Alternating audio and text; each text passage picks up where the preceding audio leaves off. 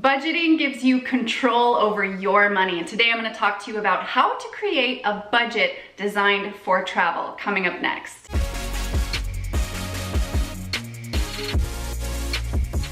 Hi, I'm Steph Taylor, and I've been traveling around the world for over a decade, first starting in the military in my early travel days, and now as a travel vlogger. If you're interested in travel tips, tricks, advice, or you want to join me in my destinations via travel vlog or live streaming here on YouTube, I encourage you to subscribe. Now, there might be several reasons why you clicked on this video, but I'm assuming it's because you're looking for a systematic way to organize your finances in such a way that allows you to spend more money on travel. Now, there's no one way to budget. This is just how I do mine and how I've been able to find some wiggle room and allocate a section of my budget specific to travel, and this is how I can afford to travel to the places that I go to every month. So basic budgeting says that we take our income and subtract our expenses, and then we're left with a remainder. Well, what do we do with that remainder? We assign every single dollar and give it a purpose and put it into a category. Now, I like to use what's called a zero-based budget. What that means is you take your income, you subtract all of your expenses,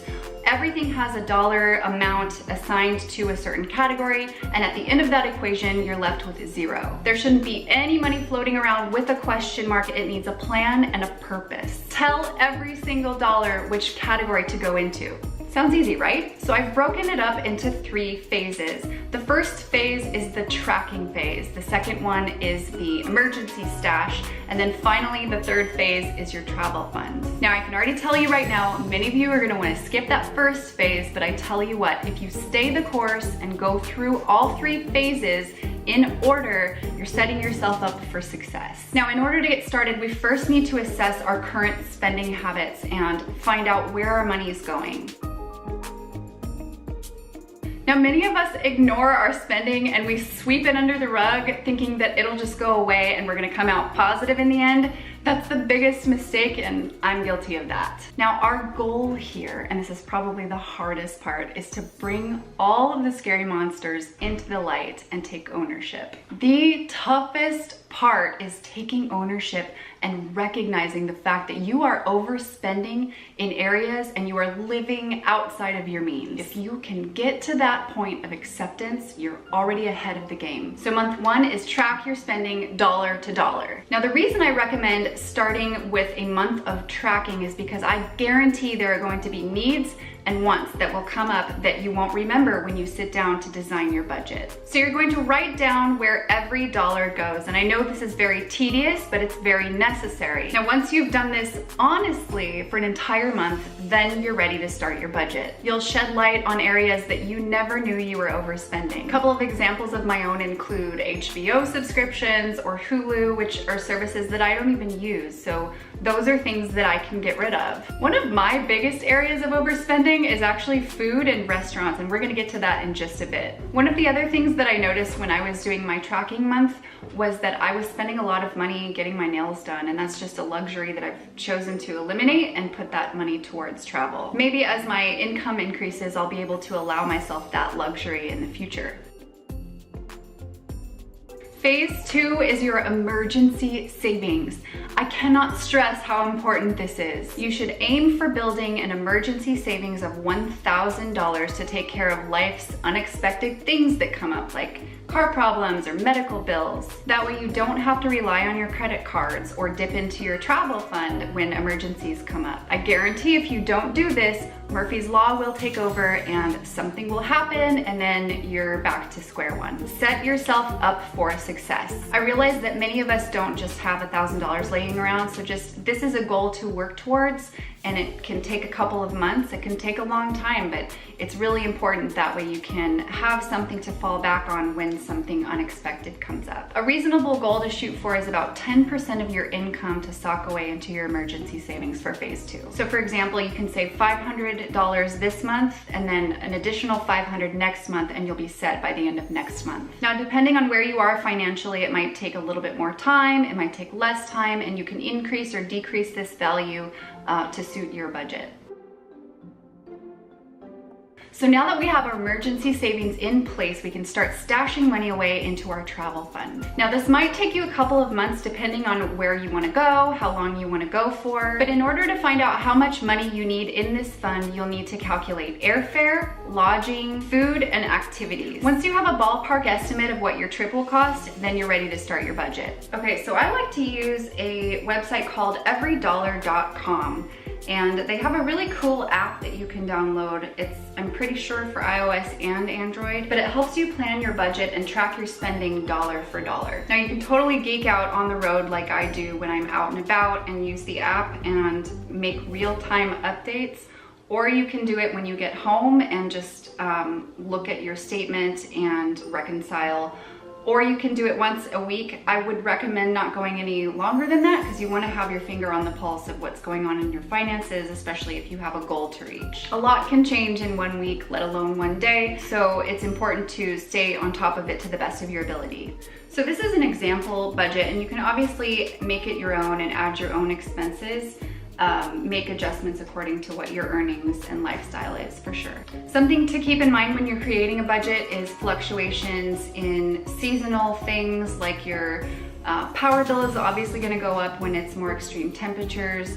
Things to think about. So we start with our income, and the average US household income is $5,000 a month. So we're going to go ahead and use that figure.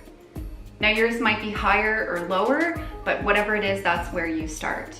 So I'm gonna rename this Company XYZ, and I'm going to rename this Side Hustle. Now, Company XYZ will say, well, let's say they bring in $3,500 for us, save, and my Side Hustle brings in $1,500. So we have a total of $5,000 to budget for July. So why is the giving section first, you might be wondering. The layout of this template encourages you to be selfless, and giving just makes us feel good.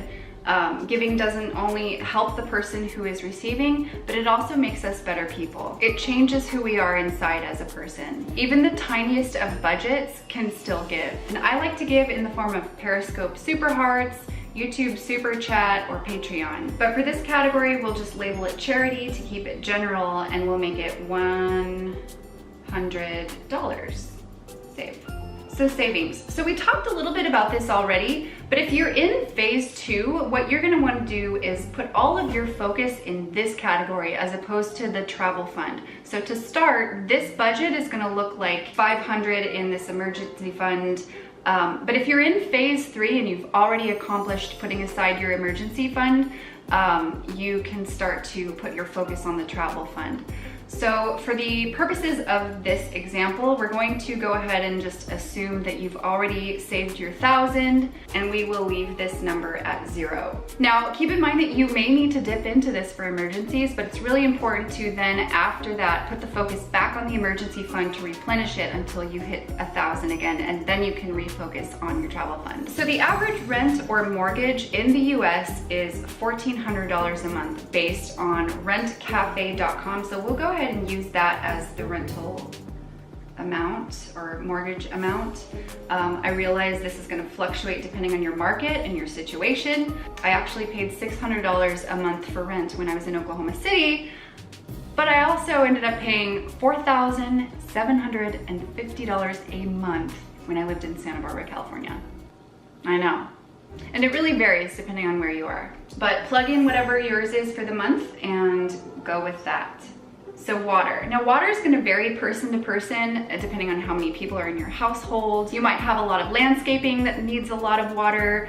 Maybe your entire family likes to take hour-long showers. I don't know. But that's another reason why phase 1 is so important, is because we can kind of get a pulse on our water usage. And in an effort to save money, try and conserve as much water as you can. And that goes back to the basics, like turn the tap off when you're brushing your teeth. Only run full loads of laundry and dishes. Also, if your water bill is particularly high, you might want to call your water company and see if they can come out and assess your water situation, because you might have a leak. And then your money is literally going down the drain. So for water, we're going to say this is $50.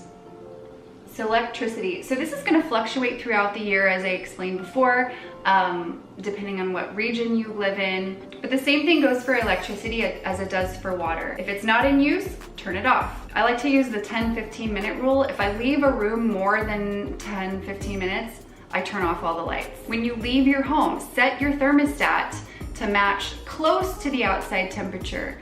Obviously you don't want to cook your house. If you're in Las Vegas, it's gonna be 120, so you don't wanna do that. But just make it to comfortable temperatures only when you're at home. Now, if you have pets at home, that might be different. You don't want them to be too uncomfortable. So we are going to set this at 75. So as a live streamer, I can't live without high-speed internet. It is a necessity for me. Cable is not. So cable is something I choose to live without.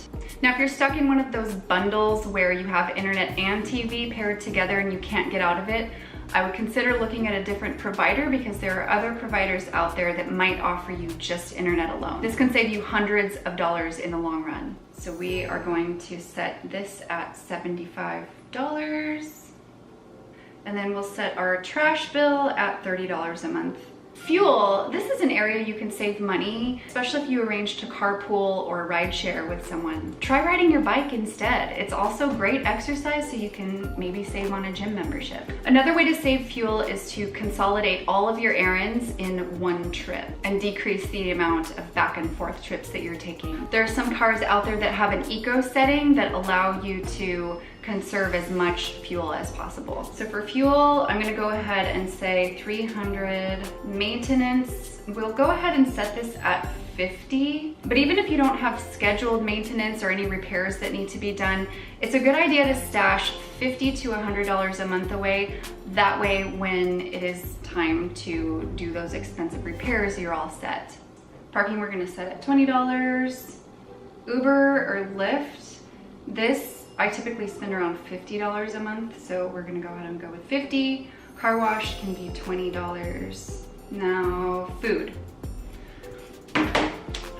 This is a topic that I struggle with the most. I love going out to eat.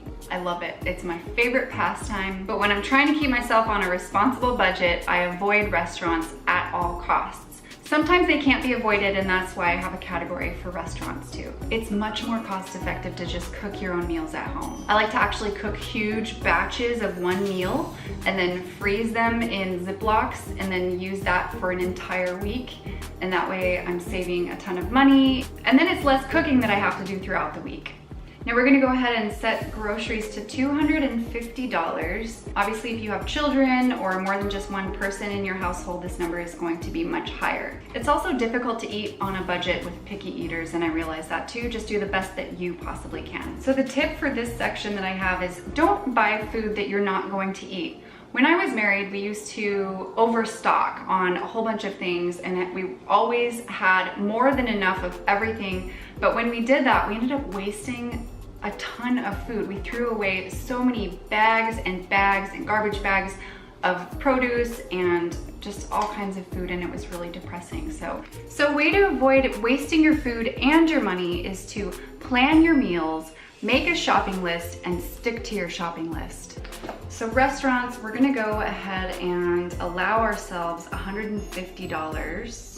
And it's okay to allow yourself the occasional splurge, but definitely stick to what you plan. If there's no more money in that category, then you don't go out to eat. If your friends invite you out, you can either offer to cook for them at your place, or you can still go, but you're gonna be sipping on some lemon water and just hanging out. Clothing, I typically don't spend much on clothes, and I hate shopping for them. But if you have an important event coming up or something that you need to purchase, then this can be, let's say, $50. Definitely take advantage of thrift stores and secondhand options just to kind of save you some money there. Okay, and we're just gonna go down. I think phone makes sense at 100. Hair and cosmetics for me is 100. It might be a little less, might be a little more for you. Just make it yours. Subscriptions, we'll set this at 50. So pets. So I don't have any pets that live with me full time, but if I did, then I would make sure to include their food, grooming, and vet expenses here. So we'll say $50 for that category. Entertainment. So this is where you can factor in all of your Apple purchases, your iTunes, your Spotify, any of the app purchases that you make, music, movies. If you go out to the movies, this would be included in the entertainment category. So going to the movie theater isn't really something that I do. It's another sacrifice that I make because I'd rather spend that money on travel. But we can make this category $50. Miscellaneous.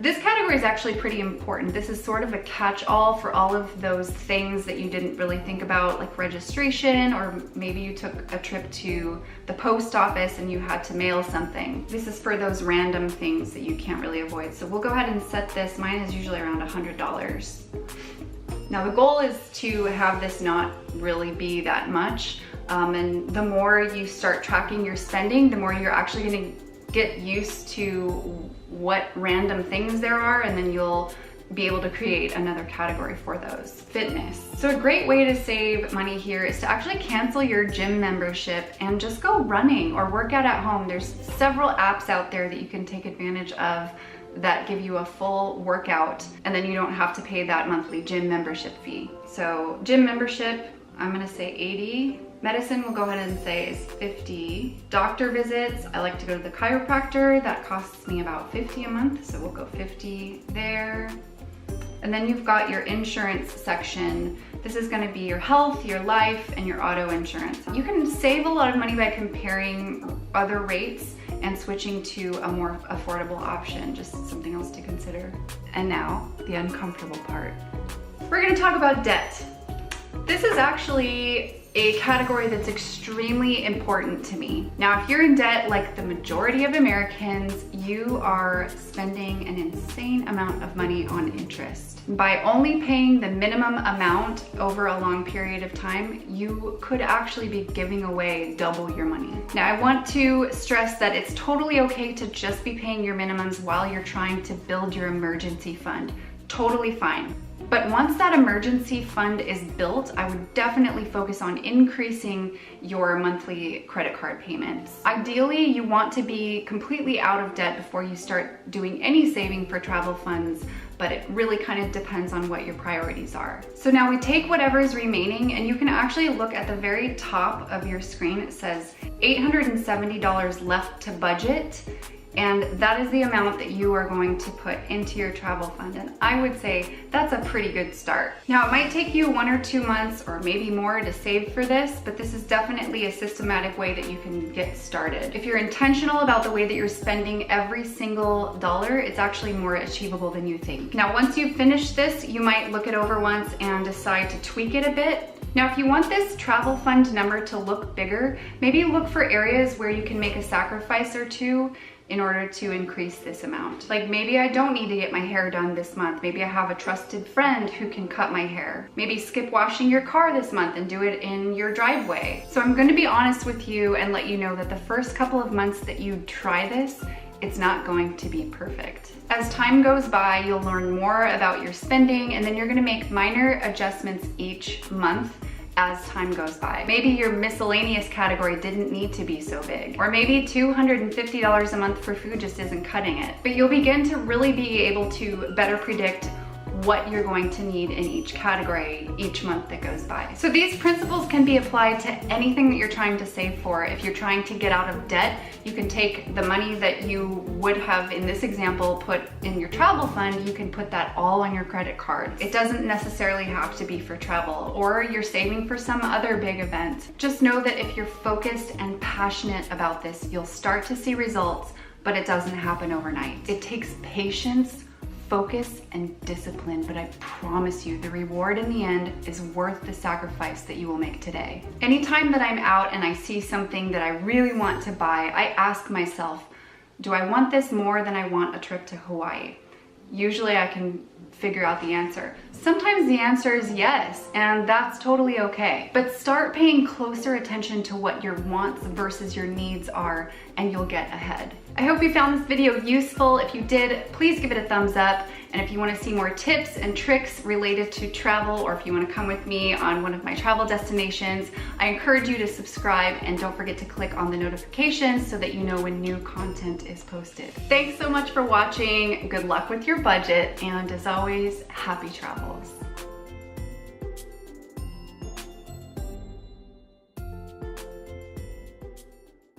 Oh, we don't have pets. We don't have pets full time. No pets full time. Coming up right next, syntax. I also noticed that when I was doing my tracking monk, why can't I get this together? Another area we might be overspending is on alcohol. That's another sacrifice that we can make. Nope. No, I'm gonna cut that out, otherwise I'm a hypocrite.